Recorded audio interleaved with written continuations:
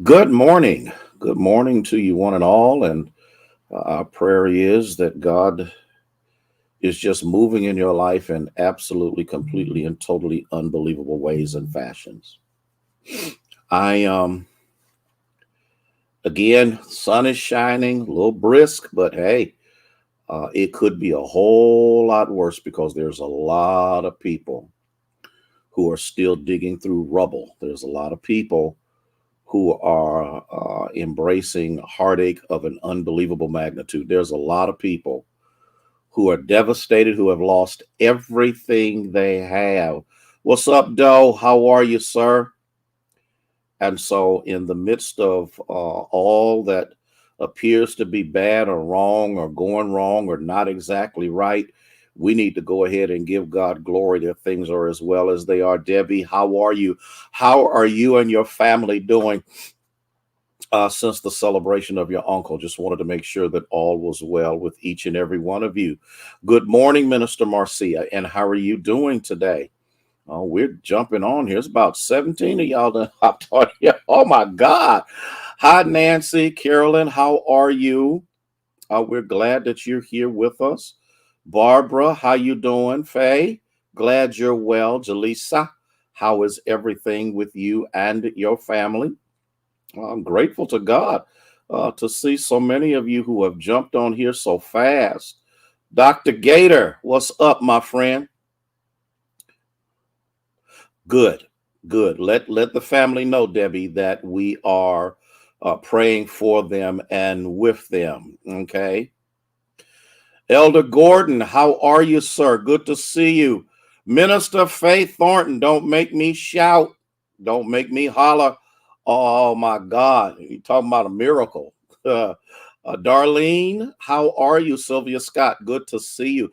I am just so overwhelmed by the numbers of you who have got on here um, and on today, and I am grateful to God. Elder Carter, how are you? Okay. Okay, I will be praying for him. Definitely. Definitely will be doing so. Okay.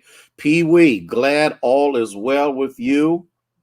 Pastor Ross, good to see you. Ethel, how are you? Okay. We are praying mightily for one and the other. I'm telling you, um, Wayne, what's up, my friend? I'm doing well. I'm really doing well. No complaints. As the song said, I won't complain. It wouldn't do any good anyway. But we need to continue to lift each other up in prayer. We need to pray. Um, we need to pray. I have Linda. How are you this morning? Soon to be afternoon in Akron. The number of people who are dying from COVID has overwhelmed the morgue, and they have brought in a refrigerated truck for the dead bodies. Okay. Um, it's just wow. It's just wow.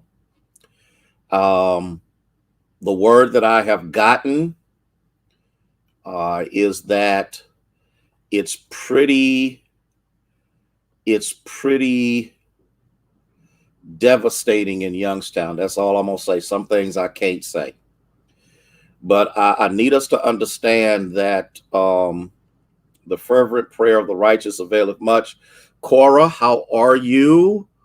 Thea, I see you. I'm grateful to God for those of you who are in there. I'm going to exercise discipline, and I'm going to make sure that I stay within the 15-minute time frame that I had set for myself. I got so happy and stuff. I find myself running over. It's a snapshot, which means it's something quick, but something meaningful. The question is, and what we're dealing with is the power of joy. The power of joy. Now, I talk about joy. I'm talking about the joy of the Lord. I'm talking about the joy that the Lord brings to each and every one of us. I need to read this real quick. Joy is something grander than happiness. Okay. Joy is the fruit of the Spirit. And where you find joy It is infused with comfort, wrapped in peace. And you got to understand exactly what this is and what this actually means. Ayana, how are you? Jemison, how you doing, my friend? Joy is not predicated upon external stimuli. And I think this is something important that we need to recognize and understand. Happiness comes from something happening. Joy comes from something else. So when I looked at the Gospel of John, chapter 15, I saw something. I'm going to go to verse 9, and then I'm going to read through verse 11 so that you can see the full context of what Jesus is saying, because the impetus and the catalyst for joy is crouched in something. Look what he says. As the Father loved me, I also love you. Abide in my love. If you keep my commandments, you will abide in my love, just as I have kept my Father's commandments and abide in his love. Good afternoon, Minister Sarah. Now, here's the verse that I want us to look at. Verse 11. These things I have spoken to you, that your joy may remain in you, and that your joy may be full. I need us to get this, and I need us to understand that in life, that in issues and problems and circumstances and ups and downs and ins and outs and inconsistencies and on and off, especially during this time of the pandemic outbreaks, especially during this time when things are going crazy, I need to have joy. His joy is my strength, but his joy is not predicated upon somebody doing something for me. I'm going to read something, and I'm going to see if this really gets to the heart of the matter so you can understand the necessity of having joy. Sabrina, how are you? Okay. Joy may be a little word. Happiness is a bigger word, but joy is in the heart. Happiness is on the face. Okay. Y'all will catch that in just a minute. Joy is in the soul. Happiness is in the moment. If I have joy, no matter what I'm dealing with, no matter what I'm going through, no matter how difficult it may be, it cannot remove it. So that's why Jesus said, I've given you these things so that your joy will remain in you, because the enemy knows if he can steal your joy, he can also steal your hope. Let me look at something else. Joy transcends where happiness reacts. Happiness is a reaction to something else, okay? Joy embraces peace and contentment waiting to be discovered. Joy runs deep and overflows, while happiness needs a hug. Oh, yeah, I hope y'all get that. When someone hugs me or whatever, I feel happy. But joy, it overflows in my heart. It embraces peace and contentment. And what I'm saying is, if I have joy, even when the bottom falls out, I yet still am able to do what I need to do. Okay? Joy is a practice and a behavior. It is deliberate and intentional. Happiness comes and does briefly, only for a short period of time. Oh, I wish I had somebody that could. Joy is a practice behavior, Erica. I have to practice joy. Joy just don't show up. I got to practice it, which means what? I have to train my mind. I have to train my thoughts, and I have to train my tongue. Okay? That's right, minister. Even in the valley, you can have joy.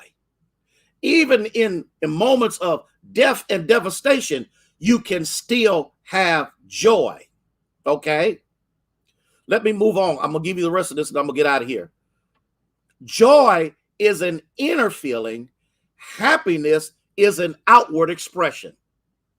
Winnie, when I've got joy, okay, Pastor Ross, I hope you catching what I'm saying. When I have joy, I don't need you to do anything or to say anything or to give me anything or to provide for me anything. I've got joy because it's on the inside of me. Joy endures hardness, and the trials are connected with the meanings and the purpose of life. A person who pursues happiness usually does so because they don't know what real joy is. Joy is a choice. Okay, y'all gonna catch this in a minute. Joy, I choose to have joy. Now, somebody might say, well, I choose to be happy, Minister Michael. No. Happiness is a motivator by that which is external. Joy is wrapped in God's peace, and it's a fruit of the Spirit. So Jesus says the catalyst behind the joy you can have comes from the fact that my Father and I love him, and because of his love, I have joy. And because I've kept his commandments, because I've kept his word, because I've walked in his word, I also walk in joy. Then he says, if you walk in the joy of Jesus, you will abide in his love. Now, you got to remember that the reason that many people go on these crazy, wild searches for satisfaction is because they don't know what joy is. That's the reason why alcoholics drink, is because they're looking for happiness. And the problem with being an alcoholic is you are only happy as long as you're ingesting.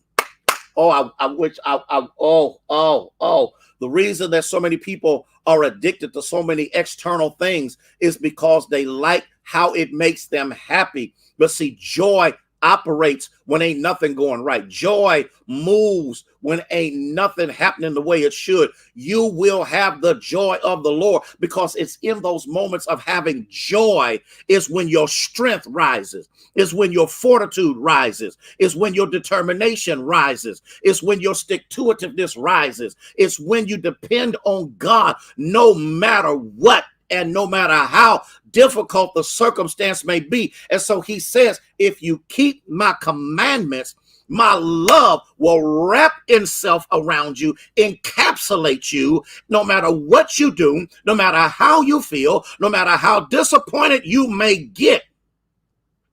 And what will happen is my joy will manifest itself. And that's why people will wonder, why are you happy all the time?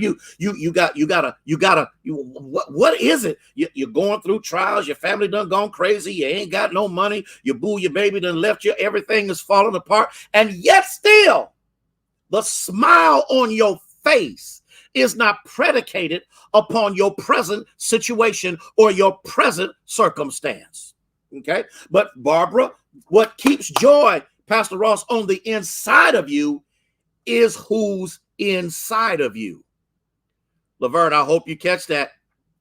What keeps joy on the inside of you is who's inside of you. And this is the reason why in verse 11, because Jesus understands that these disciples are going to go through moments of heartache, trial, disappointment, and anxiety. And he said, these things I have spoken to you, that your joy remain.